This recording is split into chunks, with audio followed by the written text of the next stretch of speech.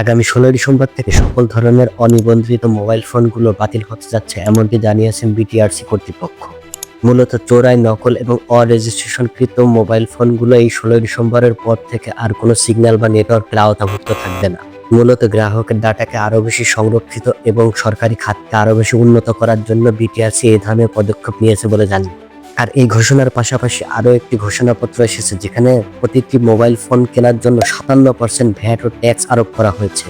এই ভ্যাট ও ট্যাক্স বৃদ্ধির ফলে যেটা দাঁড়াচ্ছে, আপনি যেই ফোনটি ২০ থেকে ২২ হাজার টাকায় কিনতেন, সেই ফোনটি আপনাকে এখন ৩০ থেকে ৩৫ হাজার টাকা মূল্যে কেনা লাগবে, যেটা কিনা সাধারণ ইউজার এবং ক্ষুদ্র ব্যবসায়ীদের জন্য সবথেকে বড় মাথা ব্যথার কারণ হয়ে দাঁড়িয়েছে। মূলত বড় বড় মোবাইল ফোন প্রস্তুতকারী প্রতিষ্ঠানগুলোকে টার্গেট করে এই ধরনের সিদ্ধান্তে এসেছে বিটিআরসি, যার প্রভাব মূলত সবথেকে বেশি পড়েছে ছোট ব্যবসায়ী এবং সাধারণ ইউজারদের কাছে।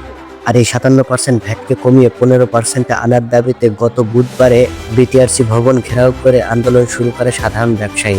এই দাবির এক পর্যায়ে গিয়ে বিটিআরসি কর্তৃক আশ্বাস প্রদান করা হয় তাদের পক্ষ থেকে একটি সুস্থ সমাধান প্রদান করা হবে।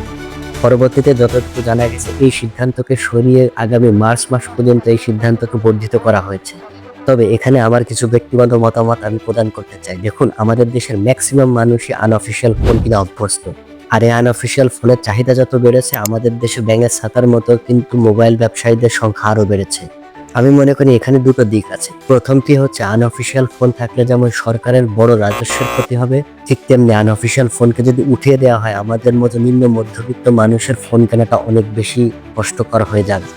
তবে এত বেড়াজালের মধ্যে এমন একটি সিস্টেম করা উচিত যেখানে মানুষ কম দামে হাতের নাগালে অফিসিয়াল ফোনটি কিনতে পারে। তাই সবকিছু মিলে এমন একটি সিদ্ধান্তে আসা উচিত যেখানে ছোট ব্যবসায়ীরা ক্ষতিগ্রস্ত হবে না এবং যারা ইউজার আছেন তাদেরও কষ্ট করে এত দাম দিয়ে ফোন কেনা লাগবে। সবকিছু নির্ভর করছে সরকার এবং সুন্দর একটি ব্যবস্থাপনা এবং প্ল্যানের উপর।